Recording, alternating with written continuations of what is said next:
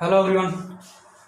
जैसा कि previous video में हमने कुछ क्वेश्चंस किए थे प्रोबेबिलिटी बेस पर, आज भी कुछ क्वेश्चन करेंगे और आज हम जियोमेट्रिकल प्रोबेबिलिटी से रिलेटेड कुछ क्वेश्चन पढ़ेंगे, ठीक है ना।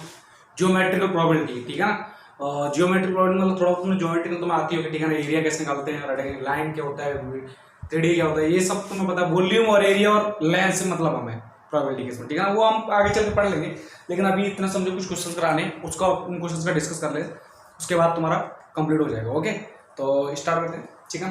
तो ठीक है, लिखना question.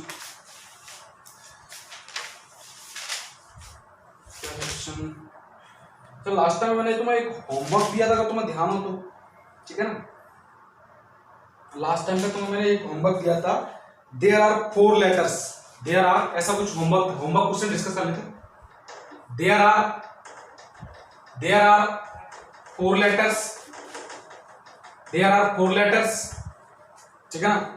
And four addressed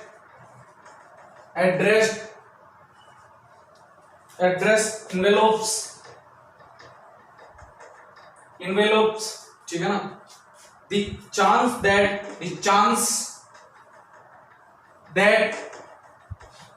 that all the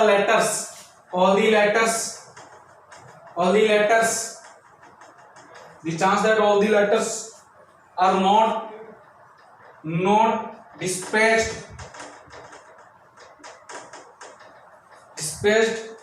in the right envelope, ठीक है ना, is A 19/24, B 23/24, C 1/21/23, D 1/24, which is correct, ये बताना था, ठीक है। तो आई होप तुम्हें समझ में आ गया होगा क्या बोल रहे हैं।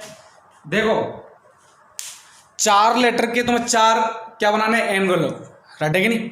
4 लेटर के 4 एनवेलप बनाने, ठीक है ना। तो पहले तो total number of possible envelope बनाते हो, राइट है कि नहीं। कुछ नहीं करना तुम्हें। देखो, इस केस में एनवेलप को तुम ये मत समझ लेना कि डीअरेंजमेंट नहीं है। तुमने अगर डीअरेंजमेंट करके कर दिया, क्वेश्चन गलत आ जाएगा आंसर। तो पहले देखो, तुम्हें एक तरह से 4 लेटर का एक तरह से अरेंजमेंट करना है। तो पहले 4 लेटर का अरेंजमेंट तुम कर कितने तरीके से कर सकते हो वो तो निकालो।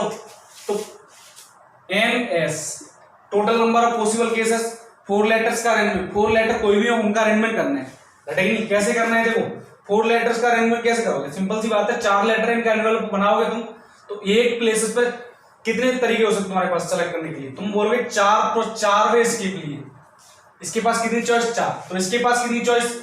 अगर जब ये कर दिया तो यहां पर आ गया दूसरा, वो यहां तो रिप्लेस हो नहीं सकता, तो यहां पर कितनी चॉइस, 3। नेक्स्ट इसके लिए 2, इसके लिए 1, राइट है कि नहीं।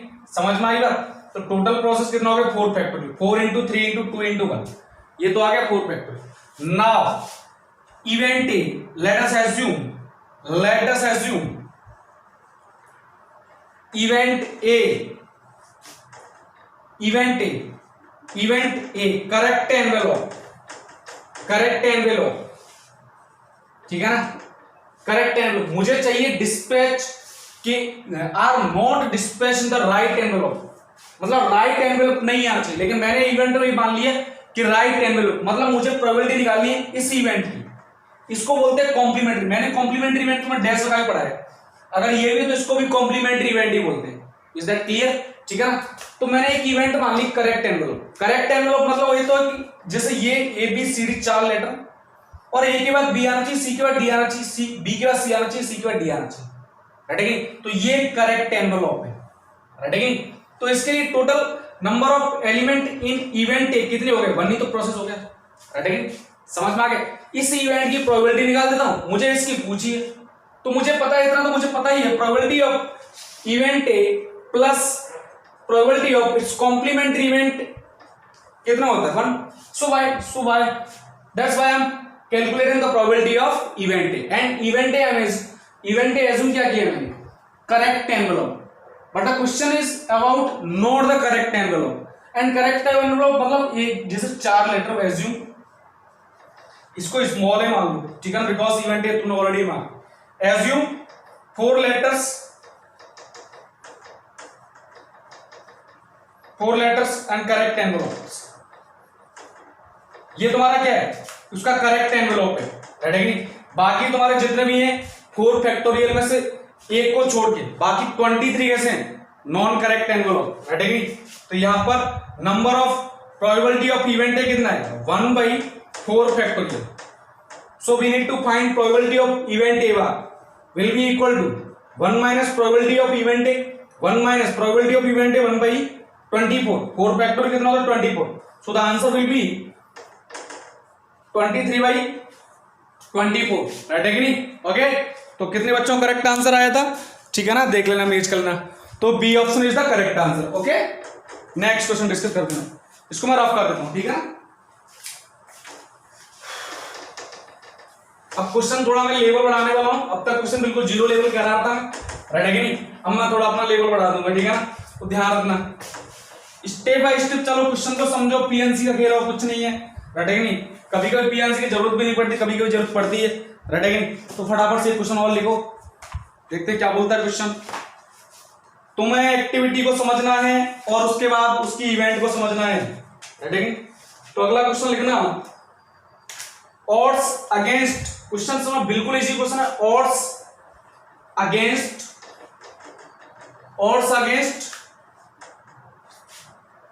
The winning the bet, the winning the bet, ठीक है ना। when a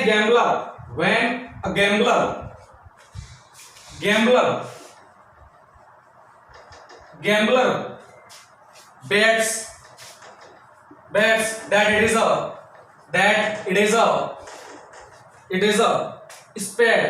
is a spade or an ace from the pack of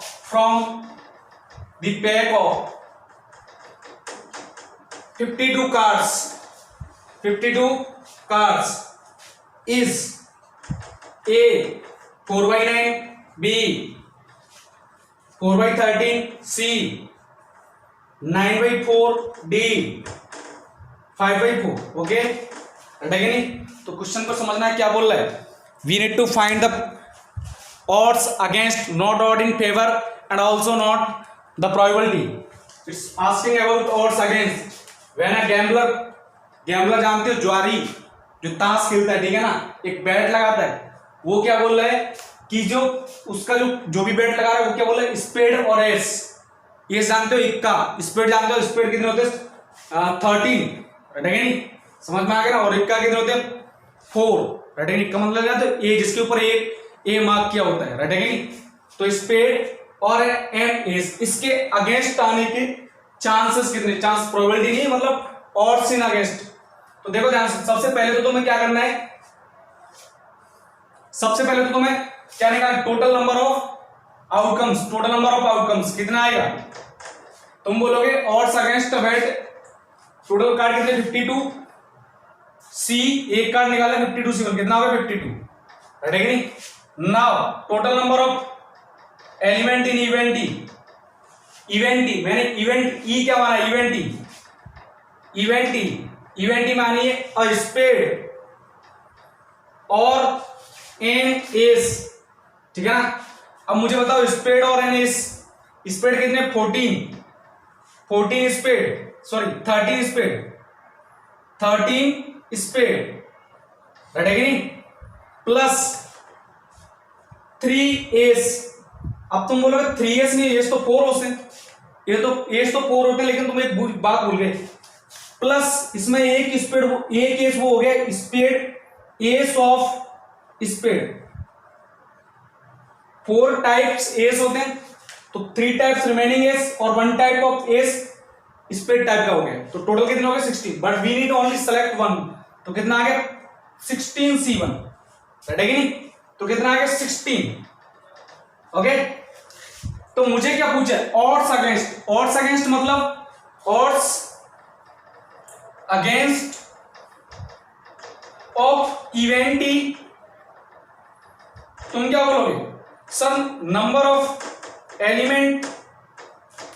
element of complementary event E divide by number of element in favour of event E, right है कि नहीं। Probability नहीं पूछा है, उसने क्या पूछा है, ऑड्स अगेंस्ट।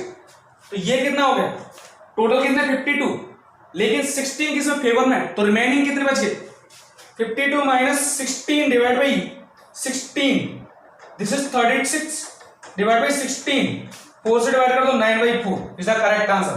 ठीक है ना। अब तुम यहां से प्रोबेबिलिटी भी निकाल सकते हो, प्रोबेबिलिटी पूछे कि ऑड्स कि स्पीड और एस ना आने की प्रोबेबिलिटी क्या होगी, तो तुम क्या बोलोगे, स्पीड और एस ना आने की प्रोबेबिलिटी 9/13, ठीक है ना। और अगर पूछे स्पीड और एस आने की प्रोबेबिलिटी 4/13, राइट है कि नहीं, समझ में आया कि नहीं, आइए अब तुम समझ में आ गया हो। नेक्स्ट क्वेश्चन डिस्कस करते हैं।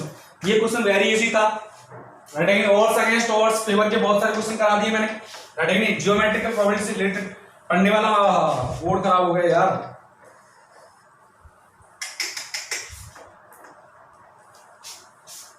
ये क्या हुआ, क्या हुआ तेरा, हो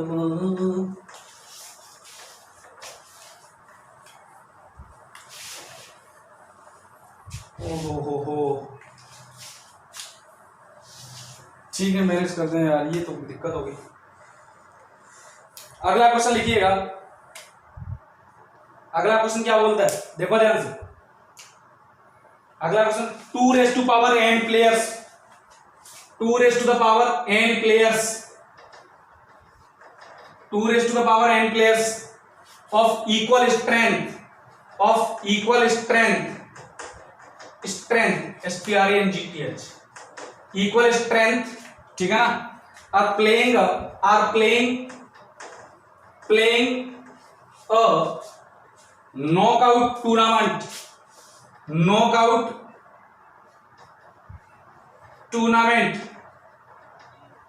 ठीक है ना, playing a knockout tournament, if they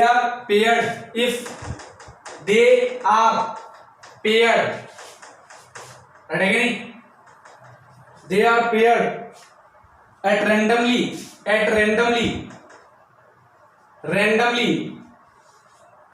in all rounds,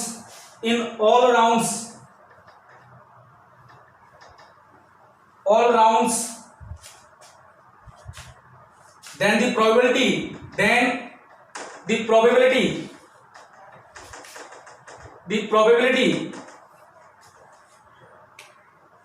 that out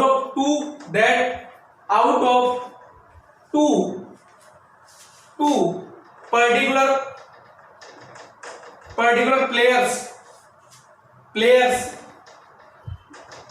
S1 and S2, exactly one will reach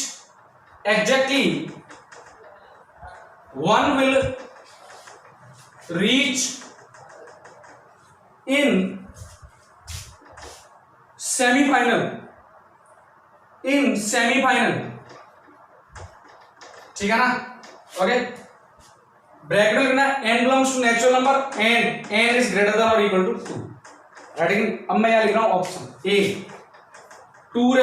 8 into 2 raised to power n minus 4 divided by 2 raised to power n into 2 raised to power n minus 1, second b 2 raised to power n minus 4 divided by 2 raised to power n minus 3 into 2 raised to power n minus 1, c 2 raised to power n minus 4 divided by 2 raised to power n minus 1, ठीक है ना। And D में यहां लिख रहा हूं 2 raised to power n minus 4 divided by 2 raised to power n minus 1 into 2 raised to power n minus 1, which is correct, ये बताना, ठीक है ना। क्वेश्चन समझ में आ गया होगा, what the question want. Question अभी समझ में नहीं आया होगा तो वापस समझा देता हूं। मेरे पास कितने प्लेयर हैं, 2 raised to power n, एक टूर्नामेंट होता है जिसमें 2 raised to power n players ने पार्टिसिपेट किया है, ठीक है ना। और हर एक प्लेयर के साथ खेलना है, पेयर, किसी भी राउंड में खेलना, लेकिन एक बार सारे प्लेयर्स को आमने सामने होना है, राइट है कि नहीं, समझ में आई बात, सारे प्लेयर्स को। अब उसने खास बात क्या बोली है कि सेमीफाइनल में दो ऐसे प्लेयर, दो S1 S2, उसने पर्टिकुलर प्लेयर का नाम दे दिया, दो पर्टिकुलर प्लेयर, इनमें से कोई एक ही जाएगा, ठीक है ना, समझ में आ गई। तो उसकी प्रोबेबिलिटी क्या है, तो पहली बात तो सेमीफाइनल के लिए टोटल पॉसिबल केसेस क्या है, total possible cases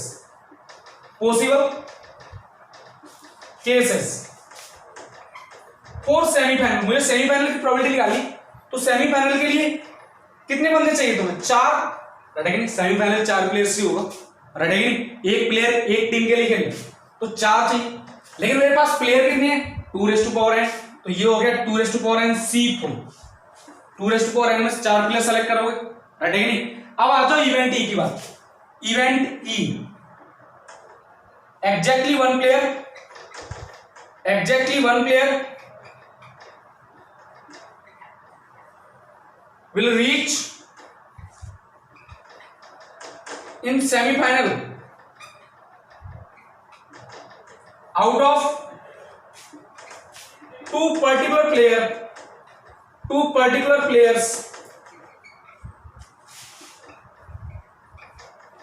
S1 and S2, लेकिन मुझे प्लेयर कितने खिलाने हैं सेमीफाइनल 4, सेमीफाइनल फाइनल केस तो ये पॉसिबल हो गए, टोटल पॉसिबल केस तो यही है, लेकिन मुझे खिलाने की। अब इवेंट ई क्या बोल रहा है कि 2 पर्टिकुलर प्लेयर, जैसे ये 2 बंदे, जैसे मैं बोल दूं कि भैया ये इंग्लिश है और ये मैथ्स है, ठीक है ना, रटेगा नहीं। अब जेई के लिए इंग्लिश का उतना इंपॉर्टेंट है नहीं, तो तुम क्या सेलेक्ट करोगे, मैथ्स को सेलेक्ट करोगे ना, तो इन 2 में से एक को तुम क्या करोगे, सेलेक्ट करना है, रटेगा नहीं। लेकिन उससे पहले तो प्लेयर तो 4 ही खिलाने ना, 4 प्लेयर खिलाने हैं, तो मुझे 4 प्लेयर चाहिए, 2 में से एक सेलेक्ट करे तो काम चले बनेगा नहीं, तो मुझे क्या करना पड़ेगा, रिमेनिंग 3 प्लेयर, एक तो यहां से है, अब 3 प्लेयर और बच गए, 3 प्लेयर मुझे कहां सेलेक्ट करने पड़ेंगे, सिलेक्शन ऑफ 3 प्लेयर्स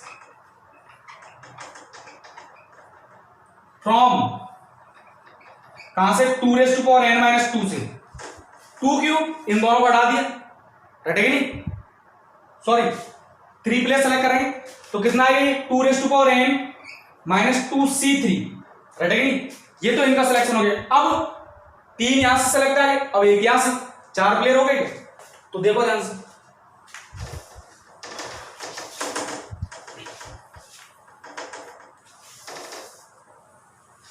अरे यार ये बोर्ड तो खराब हो गया,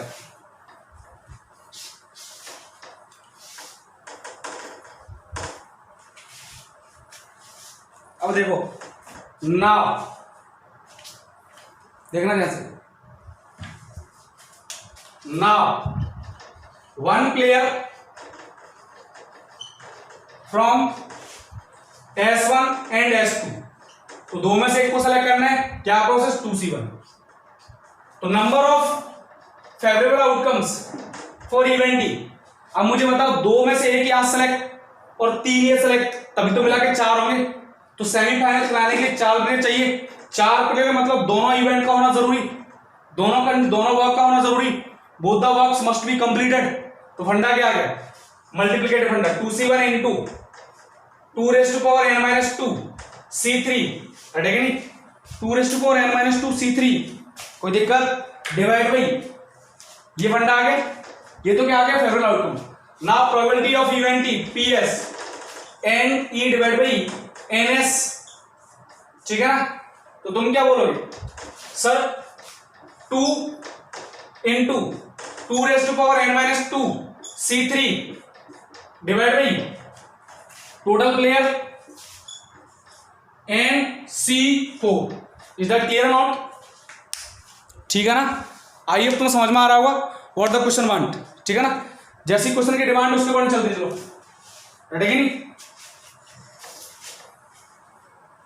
अब तुम इसको सिर्फ क्या करना है, कैलकुलेशन करना और कुछ नहीं करना, रटेगा।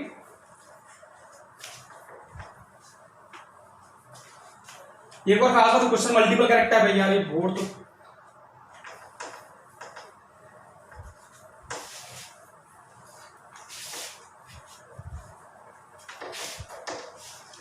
देखो ध्यान से, तो P ऑफ इवेंट ई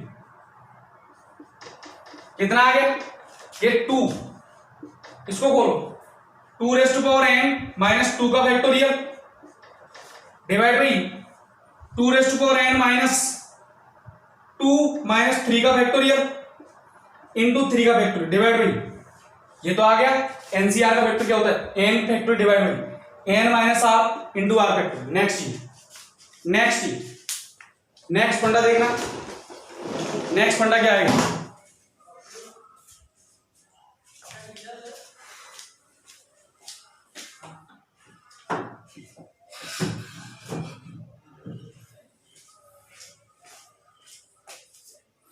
अब नेक्स्ट देखो, यहां पर इसका फंडा लगा दो, कितना 2n factorial divide by 2n -4 factorial into 4 factorial.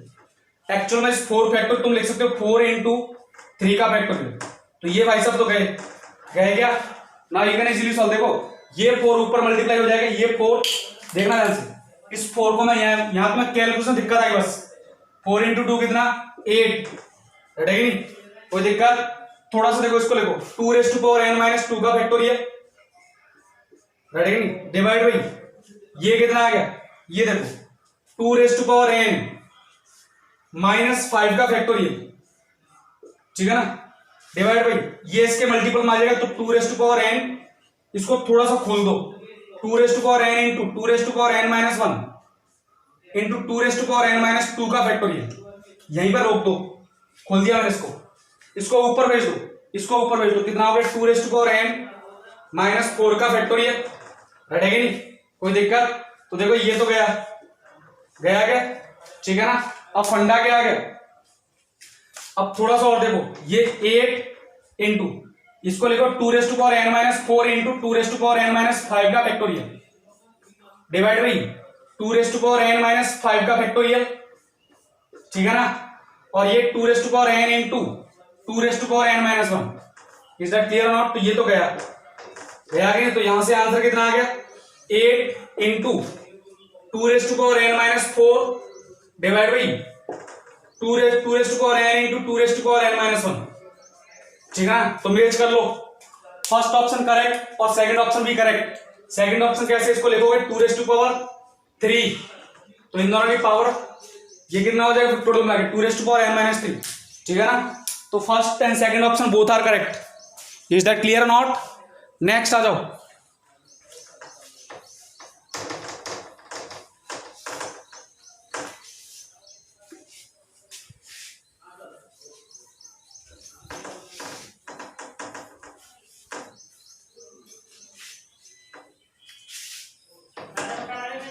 Next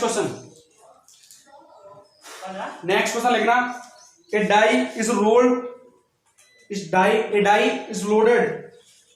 question लिखना, ए डाई मतलब डाइस इज लोडेड। अब बाय बेस्ट और अनबेस्ट बोला नहीं, इसका मतलब क्या, अनबेस्ट इज लोडेड, ठीक है ना। So that the probability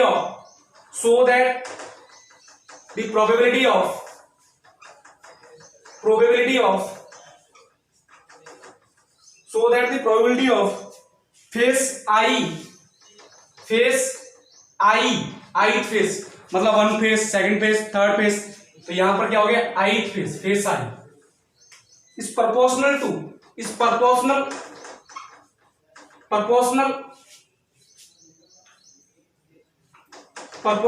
to I equal to 1 2 3 up to कहां तक 6 तक, ठीक है। डाइस फेंक रहे हो, ठीक है ना। Then the probability of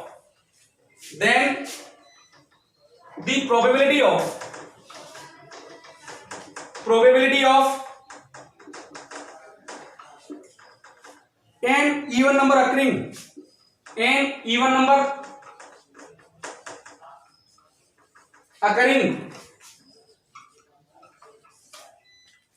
when the die is rolled,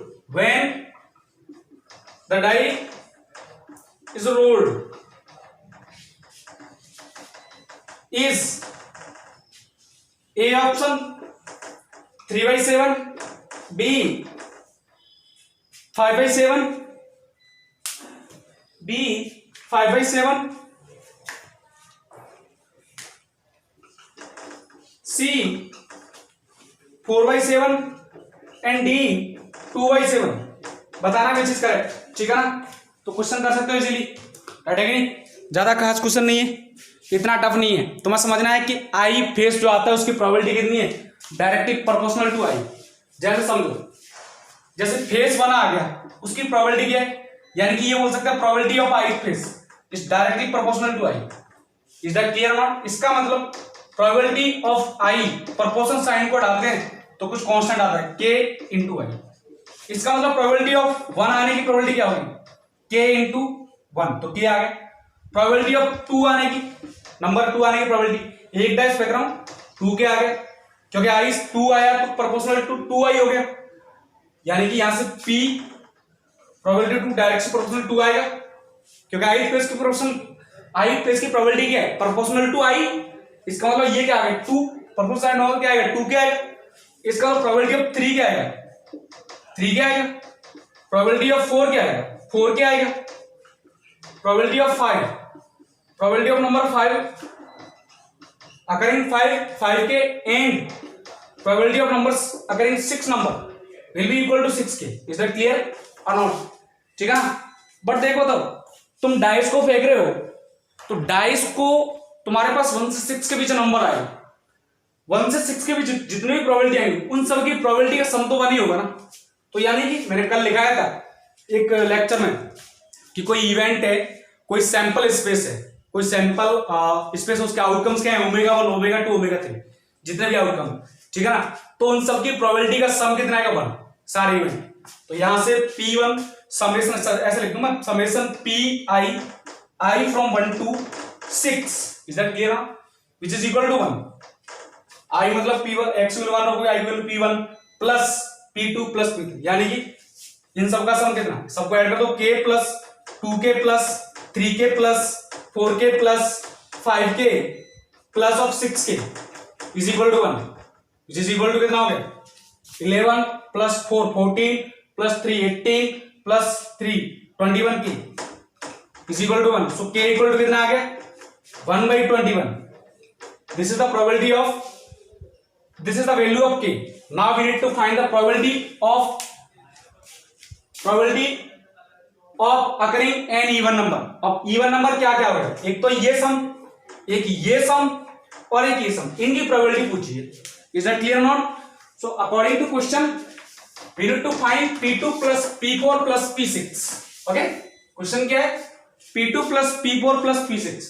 तो क्वेश्चन ये पूछा P2 plus P4 plus P6 which is equal to, हाँ भाई P2 कितना 2 इंटू K कितना 1/21, तो 21 हो जाएगा, प्लस P2 P4 4/21 प्लस 6/21 कितना आ गया सम 21, 2 प्लस 4 प्लस 6 12/21 कितना आ गया आंसर, देखो ध्यान से, 4/7, ठीक है ना। अब तुम यहां से ये निकाल सकते हो probability of getting the sum, sorry probability of occurring an odd number, तो ऑड नंबर क्या हो जाएगा 3/7, 1 minus 4/7, is that clear not.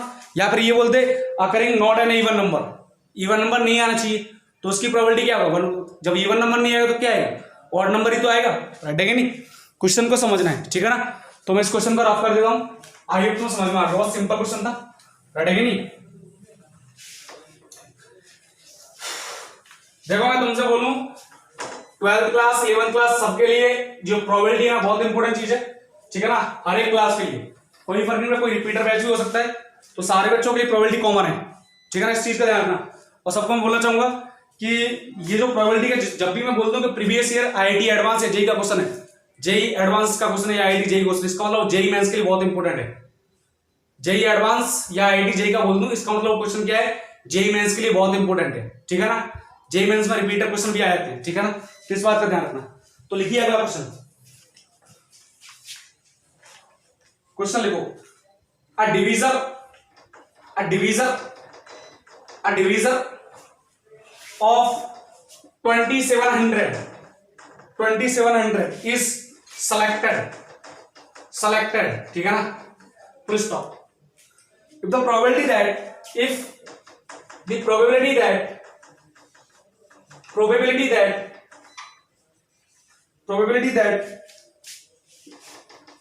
it is a multiple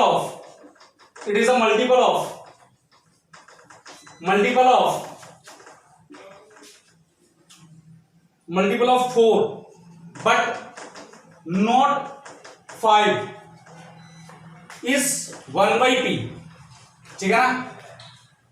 then find the value of p, right है कि नहीं। इंटीजर टाइप क्वेश्चन है IIT JEE advance 2015, ठीक है ना, 2015, राइट है कि जब मैं बोल दूं आईआईटी जेई या जेई एडवांस, इसका मतलब जेई मेंस के लिए क्वेश्चन बहुत इंपॉर्टेंट है। 2015 ठीक है ना एडवांस, ओके। और आई थिंक अब तक का सबसे टिपिकल पेपर मुझे लग रहा है जब से ऑब्जेक्टिव टाइप पेपर हुआ है जेई एडवांस 2015 रियल में टिपिकल था, ठीक है ना। और उसके क्वेश्चन बहुत ज्यादा टिपिकल थे, उसमें मार्किंग स्कीम भी टिपिकल थी, ठीक है ना। तो ध्यान रखना इस चीज का, राइट है कि नहीं। तो अब क्वेश्चन को डिस्कस करते हैं। इसने बोला डिवीजन ऑफ 2700, जिसने डिवीजन का फंडा नहीं पढ़ा है उसके लिए दिक्कत होने वाली। पीएनसी पढ़ा रखा है how to find division, number of division and sum of division, right है कि नहीं। नंबर ऑफ डिवीजन बताया था, सबसे पहले इसको प्राइम फैक्टर्स में कन्वर्ट करो। किसमें? प्राइम फैक्टर्स में। तो प्राइम फैक्टर्स में पता चल गया 2700 के फैक्टर क्या क्या आएंगे।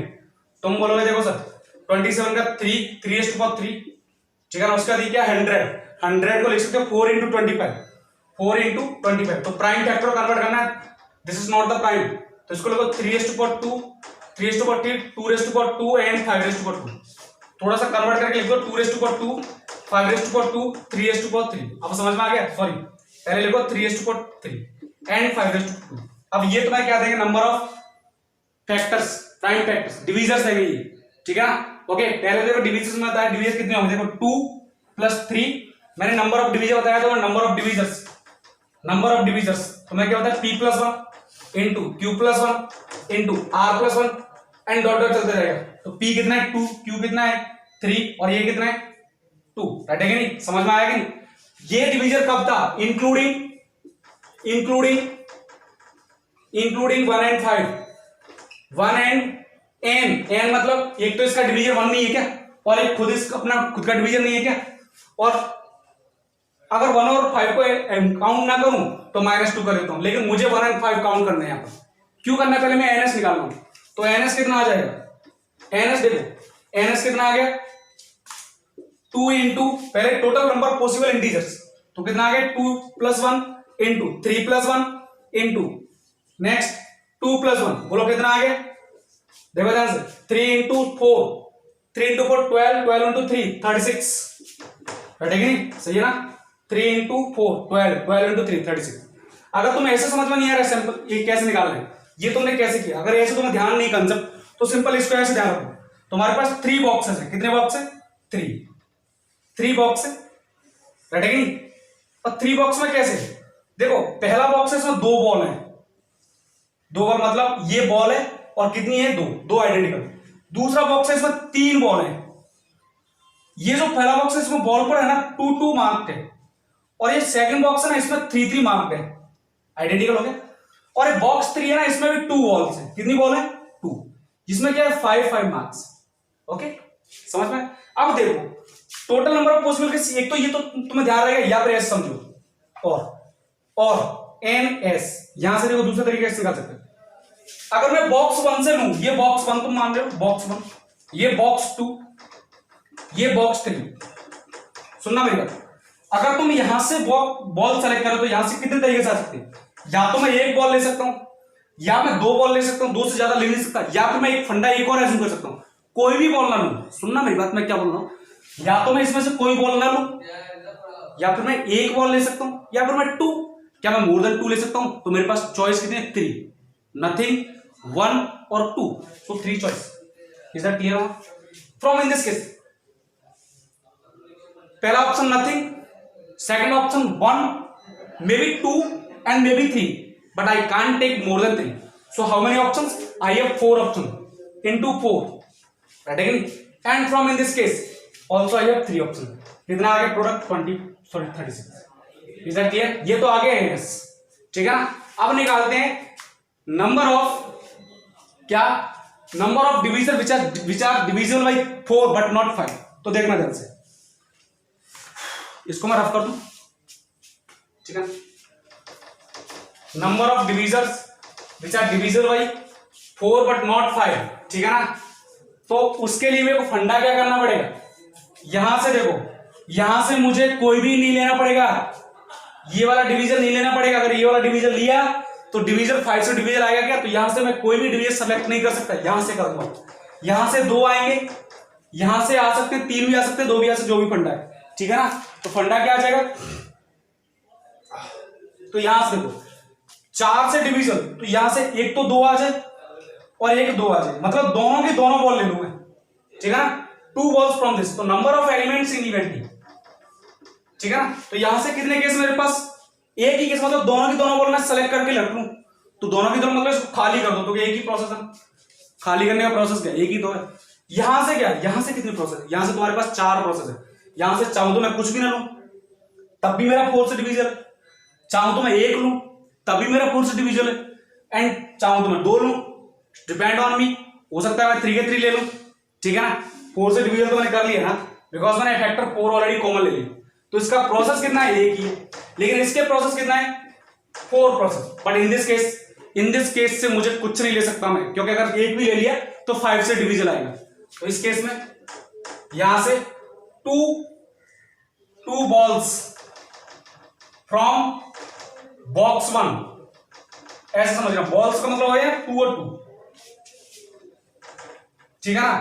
Ways of selecting balls from box 2, but box 3 से नो बॉल, कोई बॉल नहीं लेना मुझे, ठीक है ना, रिजेक्ट करना है, तो probability, number of event E कितने आ गए, तुम्हारे पास आ गया 4, so probability of event E, कितना आ गया 4/36, आंसर इज 1/9, है कि नहीं, कितना आएगा 1/9, इज दैट क्लियर नॉट, ठीक है ना। अच्छा प्रोबेबिलिटी कितना है 1/9, हमारा प्रोबेबिलिटी कितना है 1/p, तो p की वैल्यू पूछिए, तो p की वैल्यू कितना हो गया 9, इज दैट क्लियर नॉट, ठीक है ना, p is 9, India type answer, ठीक है ना, तो रफ कर नोट कर लेना इसको, नेक्स्ट क्वेश्चन डिस्कस करते हैं। Next question very important question है, बहुत शानदार क्वेश्चन है, मतलब जेई मैथ्स बेस से इंपॉर्टेंट है, क्योंकि प्रीवियस ईयर आईआईटी जेई 2010 में आ चुका है, जिसको आज जेई एडवांस बोलते हैं, ठीक है ना, तो वो भी इंपॉर्टेंट क्वेश्चन है, ठीक है ना। जैसे मैं एडवांस और मेंस का क्वेश्चन, सॉरी एडवांस का क्वेश्चन बोल दूं तो बहुत इंपॉर्टेंट क्वेश्चन है as according to JEE mains, ठीक है ना। अगला क्वेश्चन लिखना,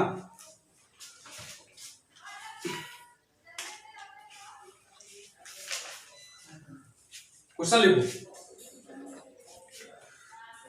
let omega be a complex number, okay, omega क्या है, कॉम्प्लेक्स नंबर, मतलब x प्लस आइटा वाई की फॉर्म में, ठीक है ना, complex cube root, not number, cube root, complex cube root of unity, कई बार मैं कई लेक्चर्स में डिस्कस कर चुका हूं, with omega is not equal to 1, omega is not equal to 1, ठीक है ना, ओके, फुल स्टॉप। अ फेयर die is thrown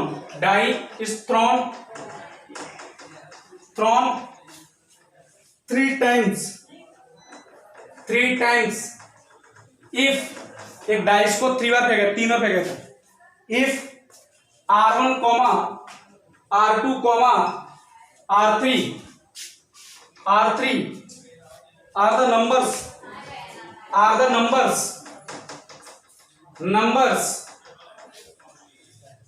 obtained on the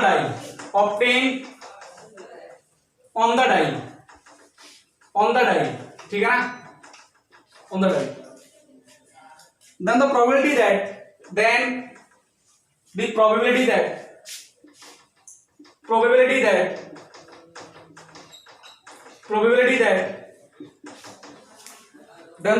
that omega raised to power r1 plus omega raised to power r2 plus omega raised to power r3 equal to 0 is A option 1/18, B 2/9, 1/9, C 2/9 and D 1/36। Try करो question को, हो जाए, 12th वाले बच्चे easily कर देंगे, ठीक है ना। 11th वाला थोड़ा टिपिकल पढ़ सकता है, बिकॉज उन्होंने कॉम्प्लेक्स नंबर में पढ़ाया नहीं, लेकिन क्यूब रूट ऑफ यूनिटी तो मैं कई बार बता चुका हूं, कई सारे लेक्चर्स में, स्पेशली डिटरमिनेंट में मैंने कई क्वेश्चन कराए थे इसके, क्यूब रूट ऑफ यूनिटी के बारे में बहुत सारे फंडा में बता चुका हूं, ठीक है ना। और पहले तो क्यूब रूट ऑफ यूनिटी देख लेते हैं। क्यूब रूट ऑफ यूनिटी क्या होता है, क्यूब रूट ऑफ यूनिटी होती है 1 omega and omega square, right है कि नहीं। Cube root of unity, cube मतलब ऐसा बोल सकता है x raise to power 1 raise to power 1/3, लेकिन इसने बोला है 1 नहीं होना चाहिए, omega is not equal to 1, तो उसको छोड़ के बच गया कितना, ये जो होता है ना 1/2 प्लस √3/2 आयोटा माइनस, और एक होता है -1/2 माइनस ऑफ √3/2 आयोटा। मतलब मैंने बताया था x plus iota y complex conjugate कैसे दिया है, इसका कॉन्जुगेट लूंगा तो यही आएगा, मतलब ये साइन आयोटा वाला साइन चेंज करना, ठीक है ना। अगर तुम इसको ओमेगा मान लो तो ओमेगा इसके लिए होगा, अगर तुमने ओमेगा इसको मान लिया तो ये होगा ओमेगा इसको, बस ये होते क्यूब रूट ऑफ यूनिटी, रटेगा नहीं, सिंपल, इतना तुम्हें ध्यान रखना है, कोई दिक्कत होगी बस इतना ध्यान रखना है। क्यूब रूट ऑफ यूनिटी में ये दोनों, इनको दोनों बोलते हैं क्यूब रूट ऑफ यूनिटी। इसकी एक खास बात होती है, खास प्रॉपर्टी क्या होती है, यहां लिखना special property of cube root of unity, special property of cube root of unity, cube root of unity, सुनना मेरी बात। इसका एक खास बात क्या होती है, 1 plus omega raise to power 2 plus of omega, sorry omega plus omega square equal to कितना होता है 0, है कि नहीं, कोई दिक्कत। अच्छा एक और खास बात, ओमेगा रेज़ टू पावर 3 कितना होता है 1। अरे समझ में आ रहा है, omega is the cube root of unity, इसका मतलब उसका क्यूब करूंगा तो कितना है 1 आएगा, राइट है, इज दैट क्लियर नॉट, ठीक है ना, कोई दिक्कत होगी, इतना फंडा दे रहा है। इसका मतलब एक बात बताओ सर, इस 1 की जगह मैं ये लिख सकता हूं ओमेगा रेज़ टू पावर 3 लिख सकता हूं ना, और 3 क्यों लिखूं, 3 का कोएफिशिएंट लिखता हूं, प्लस इसको मैं लिख सकता हूं omega raise to power 3n plus 1, सही है ना, omega raise to power 3n into omega लिखूंगा, कितना आएगा ओमेगा आएगा, तो omega raise to power 3n कितना 1, is that clear not, plus इसको मैं लिख सकता हूं omega raise to power 3n plus 2 equal to 0। अगर इसको ये जिसने इस प्रॉपर्टी को पकड़ लिया ना उसके लिए क्वेश्चन समझ में आ जाएगा, अदरवाइज नहीं है। अब इसको इससे कंपैरिजन करो, ये जो फंडा आ गया इस फॉर्म में दिख रहा है क्या, राइट है कि नहीं, जिसने इसको समझ लिया वो इस क्वेश्चन को कर दे। अब तक तो ये क्वेश्चन कॉम्प्लेक्स नंबर का था, अब ये प्रोबेबिलिटी का हो चुका है। अब तक ये क्वेश्चन कॉम्प्लेक्स नंबर के वे में की फॉर्म में तुमने सॉल्व किया, लेकिन अब ये क्वेश्चन में प्रोबेबिलिटी की फॉर्म में सॉल्व कर। अब इसको तुम्हें क्या करना है, स्पेसिफाई करना है R1 R2 के लिए, R3 के लिए, राइट है कि नहीं। अब ध्यान से देखना, सुनना मेरी बात, इसको मैं रब कर दो, ठीक है ना।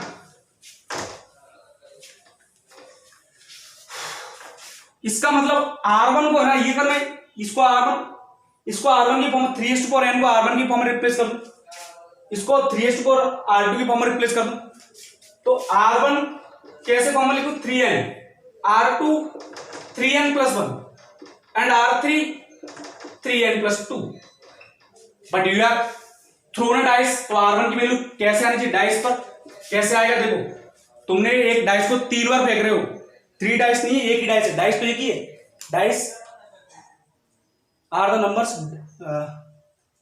थ्रोन, हाँ डाई एक ही डाइस है, लेकिन उसको 3 बार फेंका जा रहा है, ठीक है ना। तो R1 3 का कोएफिशिएंट कैसे आएगा, 3 का कोएफिशिएंट एक तो 3 है 1 से 6 के बीच में, एक कितना है 6, तुमने बस इवेंट को स्पेसिफाई करना है और कुछ नहीं करना।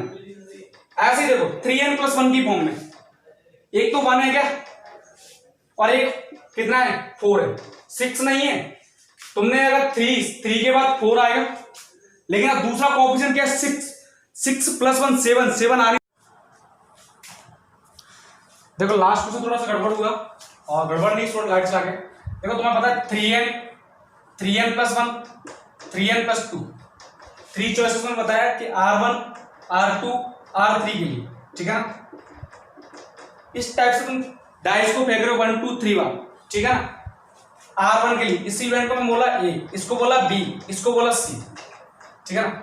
मतलब पहली बार तुम डाइस को फेंका तो 3n का कोएफिशिएंट मतलब 3 का कोएफिशिएंट आना चाहिए, और 3 का कोएफिशिएंट आने के लिए तुम्हारे पास केस क्या है 3 और 6, is that clear not. In next case the coefficient should be 3n plus 1, मतलब कोएफिशिएंट ऑफ 3 प्लस 1, मतलब अगर 3 का डिवाइड करो तो रिमाइंडर कितना आना चाहिए 1, तो इस केस में तुम्हारे पास केस क्या 1 और नेक्स्ट केस 4, राइट है नहीं। ऐसा मत कर देना 5 नहीं होगा, 3n प्लस 2 में।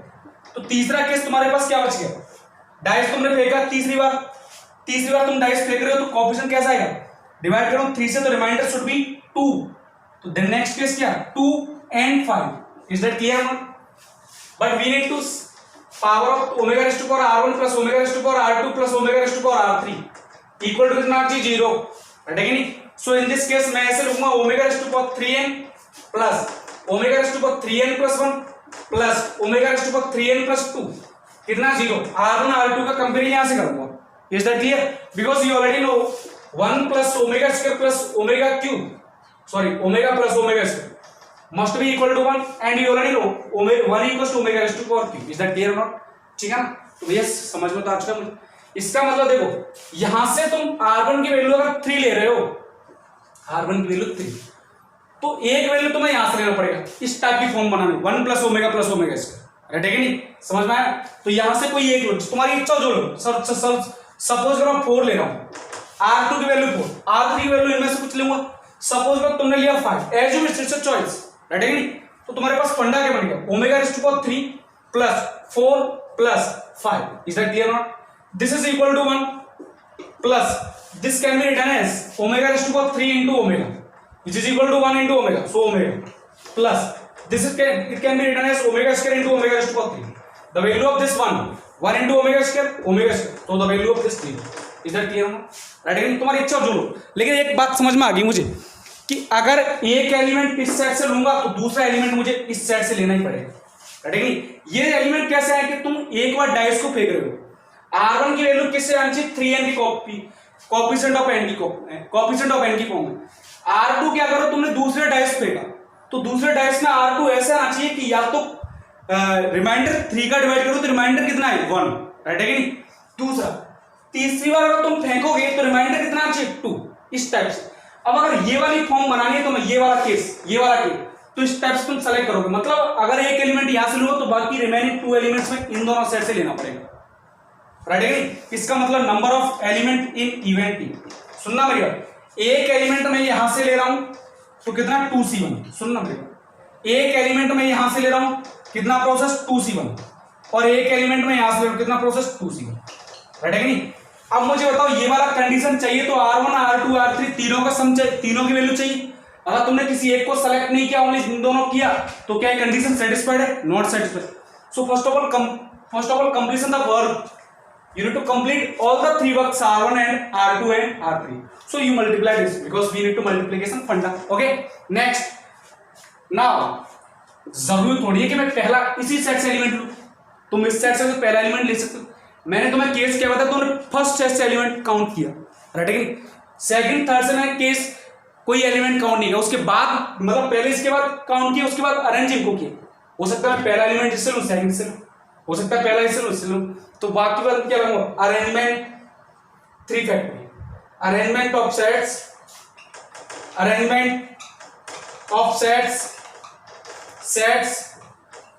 S A B C. Is that clear? So now you will get the answer of probability event E, यानी कि total probability outcomes in event E will be 2 into 2 into 2 8 into 3, तो 8 into 3 factorial, 3 factorial will be known as 6.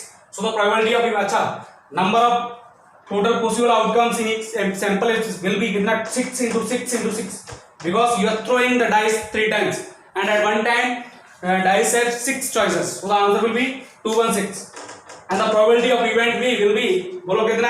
अरे निकाल सकते हो यार आराम से, probability of event D कितना? बोलो number of possible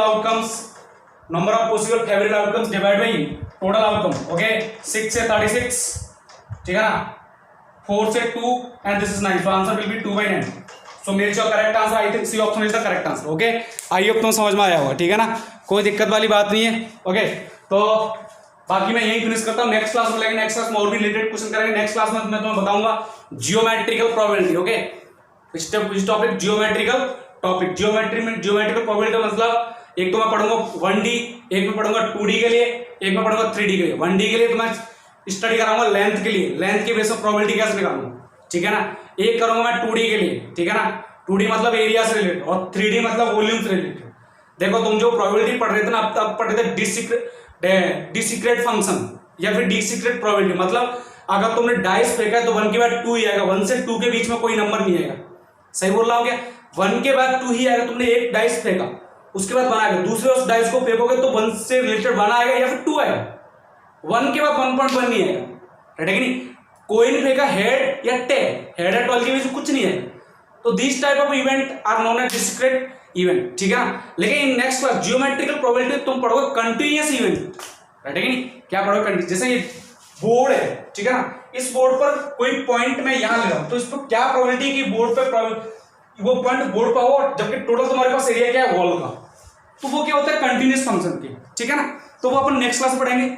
आज के लिए इतना ही काफी है, ये तो समझ में आ गया होगा, ठीक है ना। तो इस जियोमेट्रिक प्रोबेबिलिटी को समझने के लिए इसे प्रीवियस वीडियो देखो, ठीक है ना। और जो भी तुम्हें समझ में नहीं आया please leave me message, okay. तो मैं आपके तुम्हारे सारे जो भी डाउट क्लियर कर दूंगा। तो आज के लिए इतना ही काफी है, and have a nice day, thank you for watching, okay. ओहो